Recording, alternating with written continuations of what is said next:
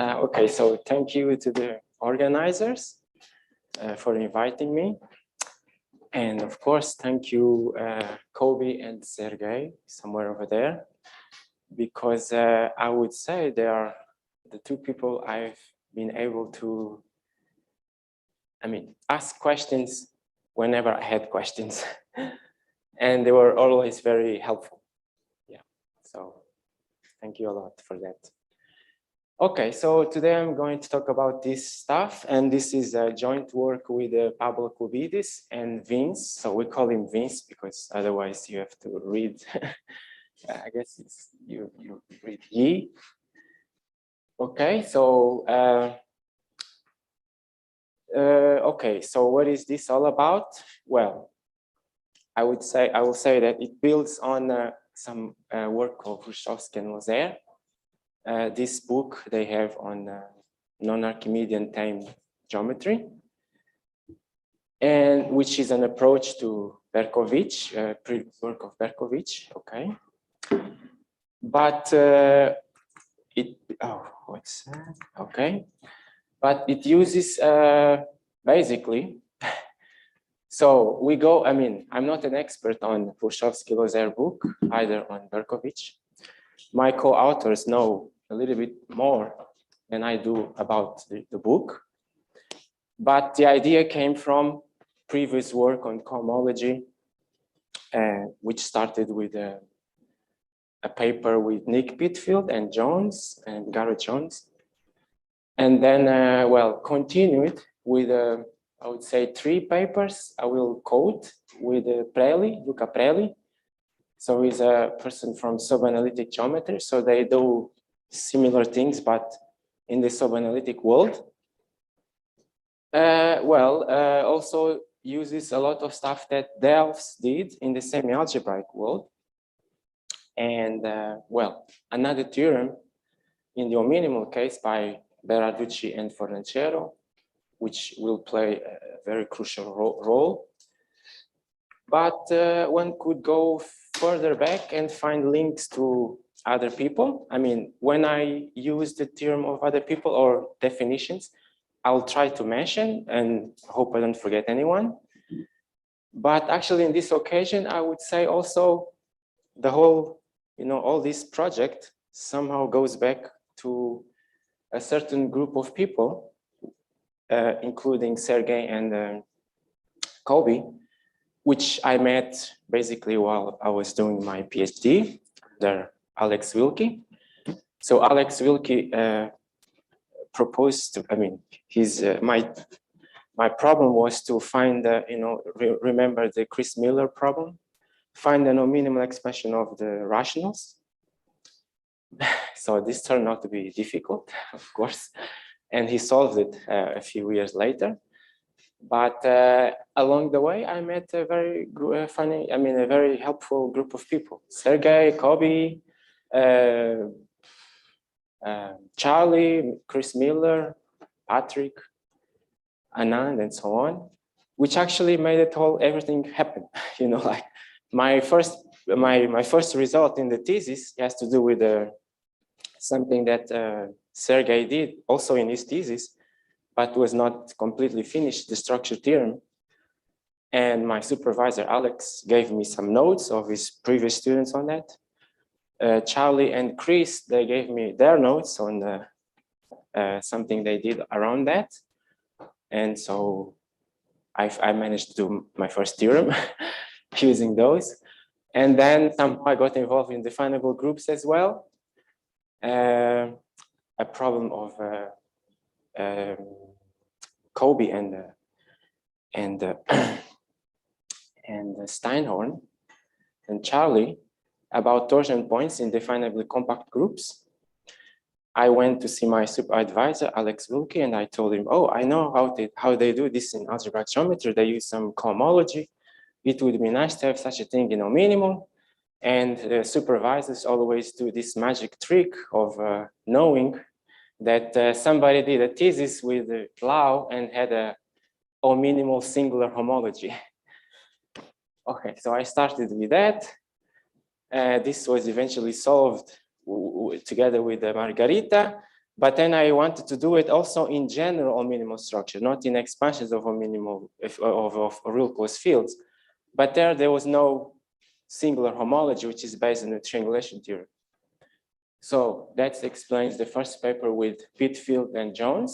We tried to do the same thing following Delphs, try to find a cohomology in a minimal following Delphs. And well, Nick Pitfield left, Garrett continued doing other things, interesting things, as you have seen. I continued being obsessed with this problem. And so there was 3 papers with Prelli, and eventually it was done with we did it with the help of other people.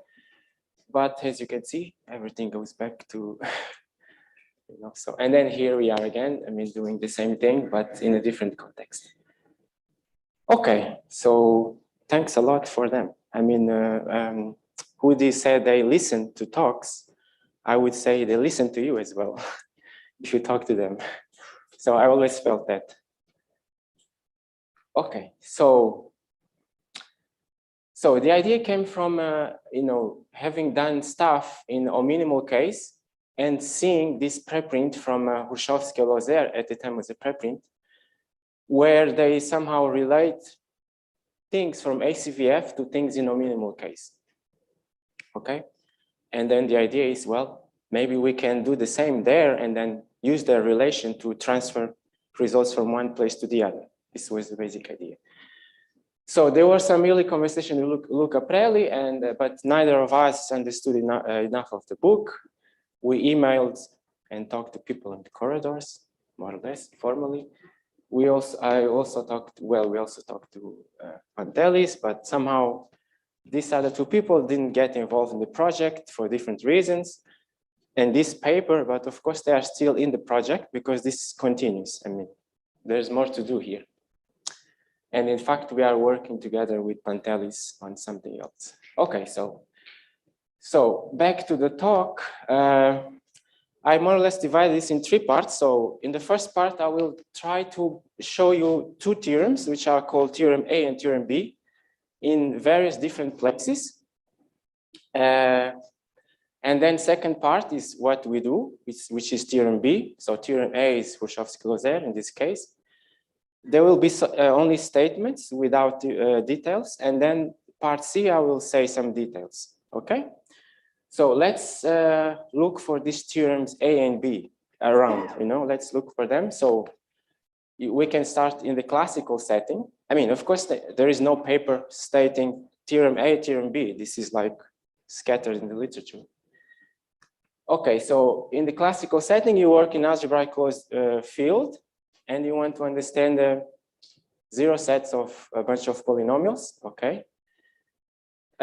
So you can do, one thing you can do is take advantage of the fact that you have a norm in C, which is there, the definition. Well, I want to put there because there will be another kind of norm. Okay, with this norm, C is complete with the norm topology. So you can look at your V, which is an algebraic object, now as a topological object. You take advantage of this topology that you have in C, okay? So you look at, consider the set, but then put the topology induced on it by the norm. Okay, away from some small set of singularities, this is a complex analytic manifold, actually, not just topology. There is an analytic structure, but so I will mention, you will see, in this talk, we'll somehow ignore the analytic structure, but Berkovich does this way and then does the analytic structure with analytic structure as well. So, okay, in particular, it's a very nice locally compact topological space. Okay. Well, examples, people know, elliptic curves, projective spaces, P1. So a question that you can ask yourself, let's say if you can't picture these things, is how can you distinguish one from another one? Well, you can use these things called cohomology, which are just algebraic invariants that you can compute for each one of them. And then this can tell you that, well, this guy has this kind of cohomology, that one has different cohomology, so they might look different. Okay? So in this context of C, you have 3 cohomologies there. So one is called singular, and in the middle one is sheaf cohomology, but for locally compact topological spaces. And then if you even think about, if you don't forget the analytic structure, you can do the RAM as well, okay? And they are all fine. They are all okay. So we are going to do the middle one. Later we are going to try to find the analog of the middle one, okay? Also, so this was just the setup, and then I kind of introduced cohomology, okay? I won't go into more details on what it is. Depending on each case, there are different constructions. Constructions are different. So, but you can also see this V has something living in R2, and look at it as a subanalytic thing. So you put the order into play, and then you can see it as a subanalytic thing, object, and then you have triangulation of such things. So you can triangulate. So this will be triangulate inside your category. So subanalytic homomorphic to a finite simplicial complex. So there's the first theorem A, okay? In this context. And you can prove, taking advantage of this finite simplicial complex, you can prove theorem B for, let's say, the middle cohomology that I mentioned. You can prove that these invariants, the cohomology groups, are finite generated, and they vanish after 2 times dimension of V. Okay, there is also similar stuff you can prove when you take cohomology with compact supports. Okay. Okay, so this is theorem A and B in the C context. Okay. Now imagine you go to another algebraic closed field, which is not a complex, and you look at the same problem. So arbitrary algebraic closed field, look again at V. Now there is no norm, so how do you proceed? Well, you might see, the norm, we use the norm because we use the norm to put a topology on V, right? You can say, well, we have the Zariski topology here, but this is not good because there are few opens, a bit like what Udi was saying. In the strongly minimal case, few opens, but a lot of covers. So that's what's going to happen here. So few opens, but Grothendieck used the fact that you have a lot of covers to do this stuff. But before you will replace the V, which is just the points in your field, algebraic closed field, by this scheme, okay, whose points are prime ideals in this ring, the coordinate rings of your V. Okay, and then you replace the Zariski topology, which has very few opens, by et al. Site. Well, as he said, I will repeat, I'm not an expert on that. Okay, so another point is that, well, my talk has lots of colors. Some colors means I will say something about it. Some colors means, please don't ask me a question about it. Okay. So you will figure out which ones are which. Okay, so et al. Site is kind of, you replace opens by covers. Few opens, lots of covers, so you replace them by covers. And well, in that setting, so this cover, this replacement gives you a kind of a topology, right? Which is called the Grothendieck topology. And then with those topologies, you can do again sheaf cohomology, okay? Just like before. So here we have a theorem B as well, okay, which is you can construct these groups, these cohomology groups. So V now has this V at, which means now they are equipped with this topology, this Grothendieck topology, and you have this the same kind of theorems. So I will use these names. So finiteness, vanishing, the first one, the second one, invariance, and then comparison. Okay. finite vanishing invariance and comparison. So for example, invariance means that if you move from one field to another one, these cohomology groups don't change, okay? So the shape of your object, although you get more points, the shape doesn't change, okay? And then comparison is if you actually end up in the classical case, it coincides with what you had before, okay? Here, I mean, I wrote this with some of them have supports, compact supports, some don't have. Here, just observation that also holds for without support, okay? Oh, there is another point. So there is a colored stuff there. Vanishing is after 2 dimension of V, okay? Just like before.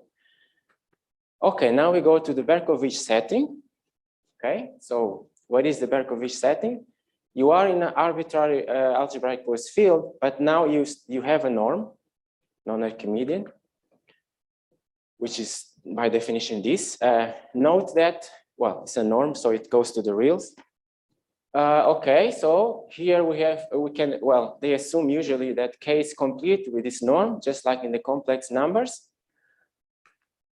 Examples, well, examples, I guess people who work on this already know, but trivial, or this on CP, you can do this periodic norm, or this piezo series, there is a t-adic norm, similar, but okay, this will not play any role, with just some examples.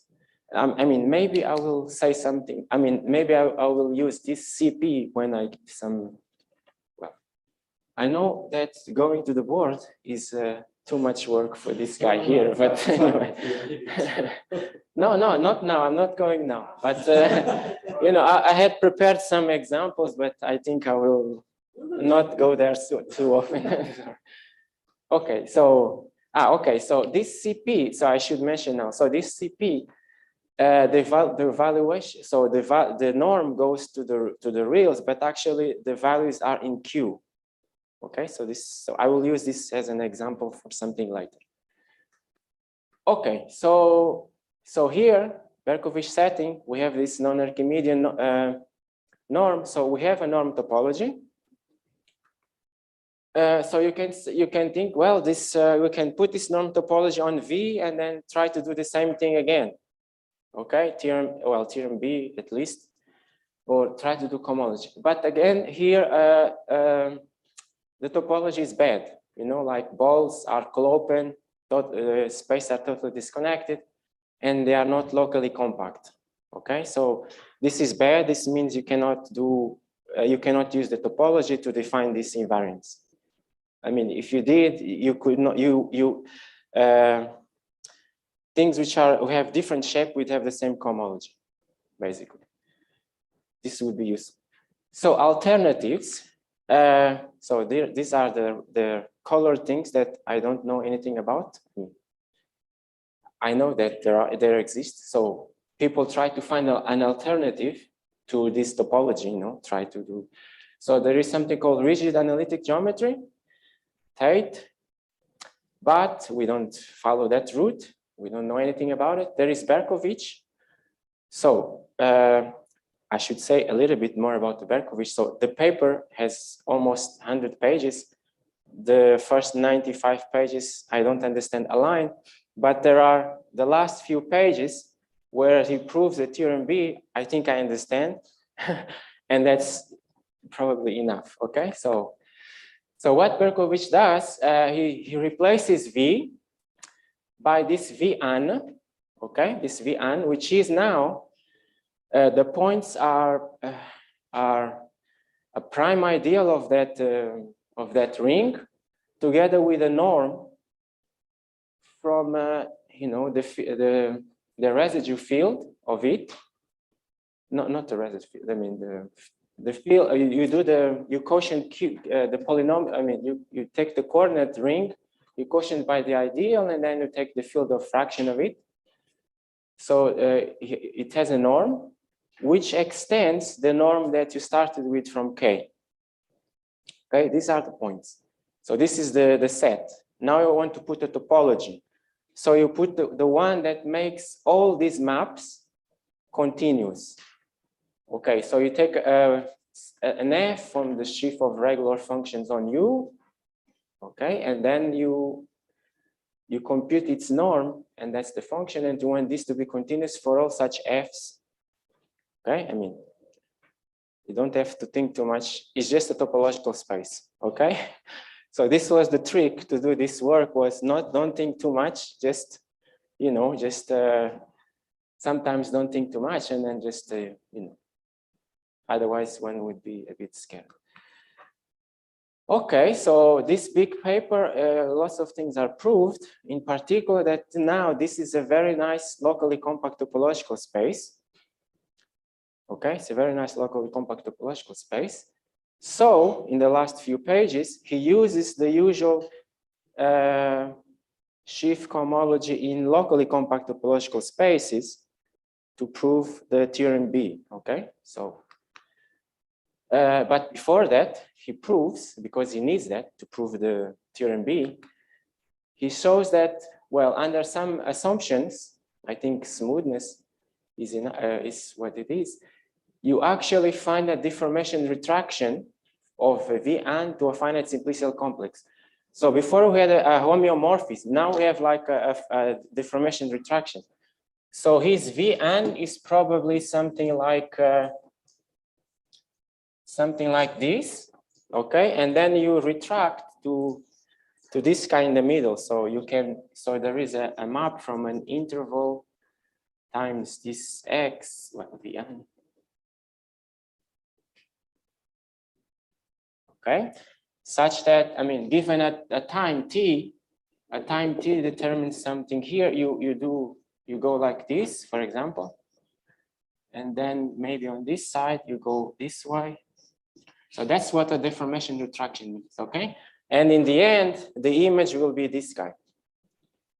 Okay, but then his image is a finite simplicial complex. Okay. So okay, this is the 95 pages of the beginning of the paper, where he builds this finite simplicial complex, and he proves all this, that you can find such a retraction. Okay, then using that, this finite simplicial complex, you can well, so the cohomology of this space, because it retracts to this, is the same as this. Okay, retraction preserves cohomology. So now you are in finite simplicial complex. So you deduce that the cohomology are finite generated. They vanish. You also have an invariance theorem when you move to a bigger, well, after you move to some finite Galois extension, everything remains the same after that. Okay, the cohomology, after you go to a finite Galois extension, after that, the cohomology doesn't change. In between, it might change a little bit, but after that doesn't change. Okay, so notes here, I should make a look at the vanishing. Now it's after dimension of P, of V, not after twice the dimension of V. Okay. I guess, do I have anything else? Finiteness and invariance also hold without supports. Okay, good. So I should say here that after this, I guess, Berkovich goes on and does more papers where he takes advantage of the analytic structure in V and define a notion of étale as well, covers on Vn. And with that new topology, Grothendieck topology, he proves the same things, the same theorem B. But now the vanishing will start after dimension 2 of V, okay? Which means that somehow the other cohomology he does with étale is more useful for algebraic geometry, because here you lose information between V and 2V. The other one, there is information that is useful. So this cohomology is just the cohomology of the simplicial complex. Yeah, topological cohomology, just topological. Because the Vn is a locally compact topological space, but then even though it is very complicated, it retracts to a finite simplicial complex, so you know it's cohomology. Okay, so you've seen now theorem A and theorem B in also this setting. What is the Hrushovski-Loeser setting? So it's kind of generalization of the Berkovich setting. So you work again with the algebraic closed field, now with evaluation, non-trivial evaluation, which means those things that people already know. So it's given there. Where gamma is the value group, it's another divisible abelian group. So now it doesn't go to the reals, okay? It goes to some gamma. Note that if gamma is contained in the reals, so this is valuations of rank 1, then valuations and non-archimedean norms are the same, because if you have a valuation, you can say that the norm of f is e to the minus exponent e to the minus valuation of f, and if you do logarithms, you go back, you go from norms and non-archimedean norms to valuation. Okay, so the point now here is that you don't go to reals. So valuations are not necessarily of rank 1. Okay, so here we have the valuation topology, but as before, this is bad. Okay, so what do Hrushovski and Loeser do in this book? They introduce some kind of avatar or analog of the Berkovich analytification. So the same process, more or less, but now they use the language of model theory. Instead of valuations of norms, they replace V by the set of definable global types on V, which are orthogonal to gamma infinity. Okay, and if you go back to the Berkovich setting, you can see that these things are the same as what he had. You can look at his norms. The points on his space has definable global types. Well, there is not global, definable types which are orthogonal to gamma infinity. Okay, and then you have the set. Now they want to put a topology on it. Okay, so they put this topology here, which is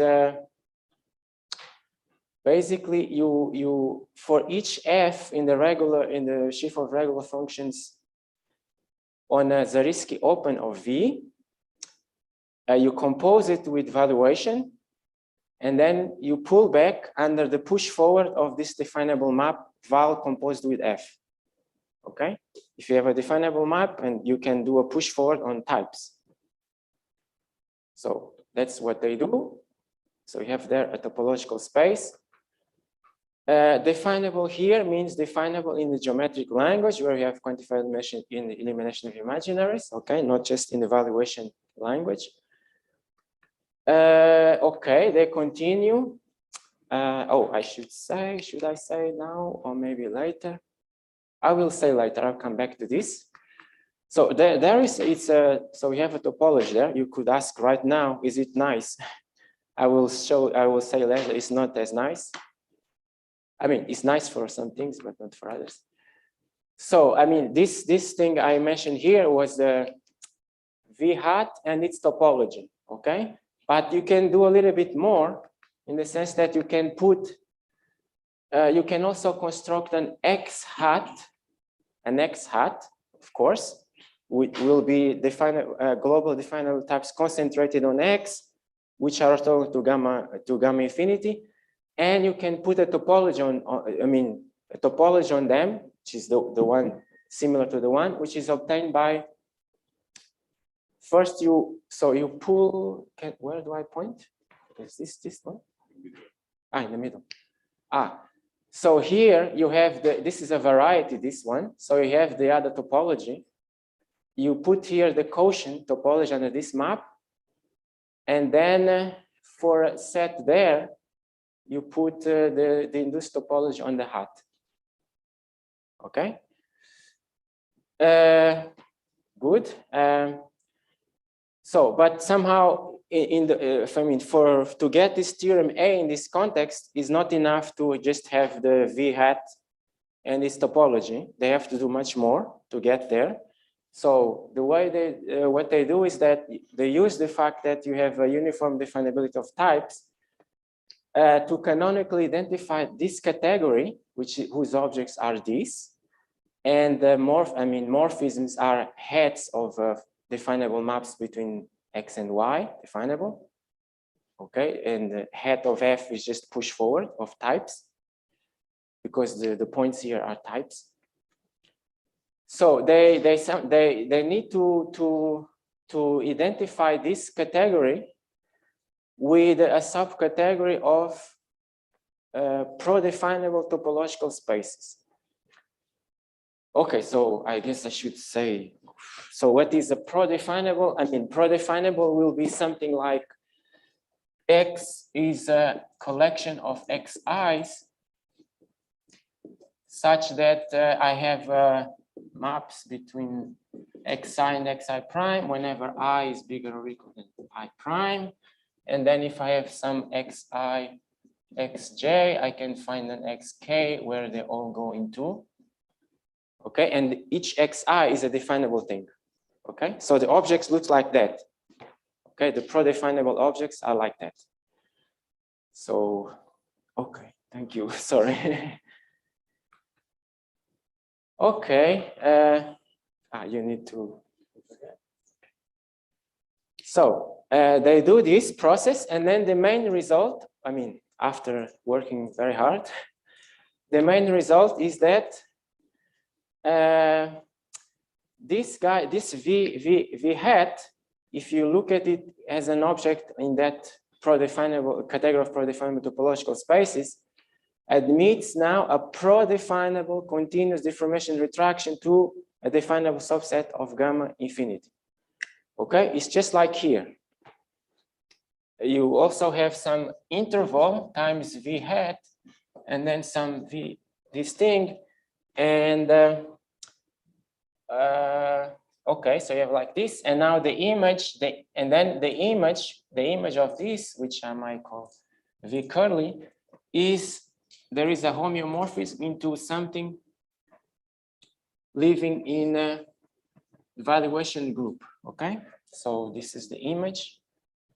So this V hat retracts to this V curly, which is another object of this pro-definable category, and then you have a pro-definable homeomorphism to something that lives in gamma in this value group. Okay, so it's very similar. So this is a theorem A. Okay, so as I said before, I don't want to lose too much time on this, but I was working on gamma, cohomologies on gamma without infinity. I mean, I'm more generally not an order divisible PL group, but on minimal structures. So an example is one of those. And so when one sees this theorem, you immediately think, can we put something on this side and then use this connection to do things? Okay. So in the book, they also show something more, which is like their construction is compatible with the Berkovich stuff. I mean, they are not the same construction, but you can get a similar result as Berkovich from their result. In the sense that if your K is a complete and the evaluation goes to the reals, if you move from K to this a K max, which is a maximally complete extension of K, then this object, which is Hrushovski-Loeser, is canonically homeomorphism to Berkovich Vn viewed in this field. Okay, if you do Berkovich Vn in this field, you get this one. Then these two are canonically homeomorphic. And even more, their pro-definable deformation retraction restricts to a deformation retraction from Vn to a definable subset of this. Now the value group is R, okay, into the reals. Okay, moreover, this is important also. This deformation retraction works not only for V hat, but for this for this X hats, and even more works uniformly. So if you have a family of X's, you get a family of those, And inside X, if you have finitely many definable sets that you want to respect, this deformation retraction is such that when you restrict to one of those, you get the deformation retraction of each one of them. Okay, so this is very useful, very useful. Okay, so you saw now theorem A. So what about what our work is all about? Trying to, the idea was try to replicate the last 5 pages of Berkovich in this setting, but it didn't work out in 5 pages only, okay?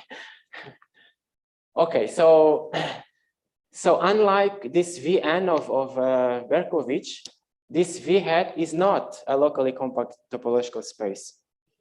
Okay, even when you are in rank 1, because if the value group is rationals, you can easily, I mean, I was going to do examples, but I think I'm going not so fast as I wanted. You can pull back, so you can pull back a closed interval in the rationals inside your stuff, which is supposed to be locally compact if you assume. Then because it's closed, it should be compact, but then when you go back, the image should be compact, but this is an interval in the rationals. Intervals in the rationals are never compact. Okay, so this is never not compact, locally compact. So there is no useful topological cohomology for these things. So what about theorem B? So what do we do? So this is the part where I will say a couple of things. So there is some colors there, which I will not define now, but I will define next time, okay? So we introduce a site. So a site on these objects, which is called V plus G site. And then we show that with this V plus G site, the cohomology satisfies the theorem B. Okay, so here is like in Berkovich, vanishing starts too soon, but that's the case. We have invariance as well, and we have a comparison. So if you go back to rank 1 case, then this cohomology, this one here, which is the V plus G cohomology, coincides with the topological cohomology, because in this situation, this guy is actually a locally compact topological space, because it's homomorphic to that one, and coincides with Berkovich as well. Okay. Problems here. The problem here is that note. So I have a note. Okay. Note. So the theorem is stated for V hat, but in fact it happens for V itself, because this V plus G site, V plus G hat site on this guy is an isomorphic copy of a site on V itself. Okay, V itself has an object in the value group also as the evaluation topology, but that's not good. That's very bad. So we replace the evaluation topology on V by a V plus G site, but then we really have to go from here to this setting so that things can work. Okay, so we have a corresponding theorem B for V's already in the varieties. We don't have, if we don't want to, but we have to use these to get the theorem B. Okay, so I should say that, so in the Berkovich case, compact support means compact, of course, but here C means definably compact in the Hrushovski-Loeser setting, which also makes sense for pro-definable stuff. Well, meaning that something is definably compact if every definable type has a limit in Z. Okay. Theorem B also holds for X hat and X equipped with the corresponding sites. So the sites can be built also in these guys, but we have to assume this V plus G locally closed, which is not too bad. It is not something too bad. I mean, it's natural, because you need this locally closed means that you are somehow, if you are in topology, it means you have to be locally compact. I mean, cohomology with compact support is good only when you are locally compact. So this is the analog. This is the analog on that. We also, so I don't know if you noticed, but in the theorem B, everything was with compact support. with definably compact support. There is C everywhere. So we also have a weaker version without support, weaker in the sense that we only have 2 of those. We just have vanishing and comparison. We don't have finiteness or invariance. Okay, and this is where the Berarducci-Fornecero paper plays a role in the sense we can get the other one and not yet here because we use their paper, which provides a method that we are still building in another context. So this also holds this one. So this version here, V prime, also holds for V hat and X hat, but there you have to assume V plus G normal definable subset, which is also something natural. So here there are a couple of things which I did not define, but I hope I define it soon. So we are working on getting finiteness and invariance in this setting as well. But as I said, we lack the method that we use, which comes from this Berarducci-Fornecero paper. But well, we have some ideas and we just have to work them out.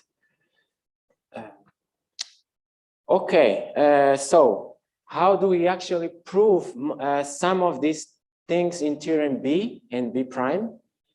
Basically, we have to prove them first in gamma infinity, and then we use the deformation retraction to pull them back there. Okay, so we prove analogs of theorem B and B prime in gamma infinity, where we put a minimal site. Okay, putting a minimal site is nothing exciting because that's what we were doing when we just had gamma without infinity. Okay, so but then in that case, if you look at theorem B in gamma infinity, define this. If you can also do for X, but then you assume definable locally compact, and C stands for definably compact in the sense of Peterswil-Steinhorn, meaning definable curves have a limit. Okay, but we know that's equivalent to the other thing as well. And in theorem B prime, so when you don't have compact support, instead of V plus G normal, you assume definably normal. How long do I have? 8 minutes. Okay, good. So another observation is that since in this setting, definable things there are also definable here, you would wonder, well, now I have 2 sites, one and the other one, but they are the same. Okay, so these things are compatible with each other. Okay, there is also a very useful, because it's useful for computing stuff, theorem C, which says that these cohomologies, so all the ones I mentioned, I mean, in this setting, so in the V hat world or in gamma infinity, in the gamma infinity world, with support or without support, they all satisfy the so-called Ellenberg-Steenrod axioms for cohomology, namely exactness, excision, homotopy axiom, and dimension. Okay, I mean, these are things that you can write down, and they are useful in the sense that if you want to compute the cohomology of something, you might want to use one of these to, if you know the cohomology of bits, and then you glue them together, you can get the cohomology of your thing, right? Like if you don't need to do, it's just a quick. So like if you had did something like this, and then you can split into this part and then this part. If you know the cohomology of each piece and then the intersection, then you get the cohomology of the circle. Okay, so you need things that come from these axioms. Okay, so here we have them as well. Okay.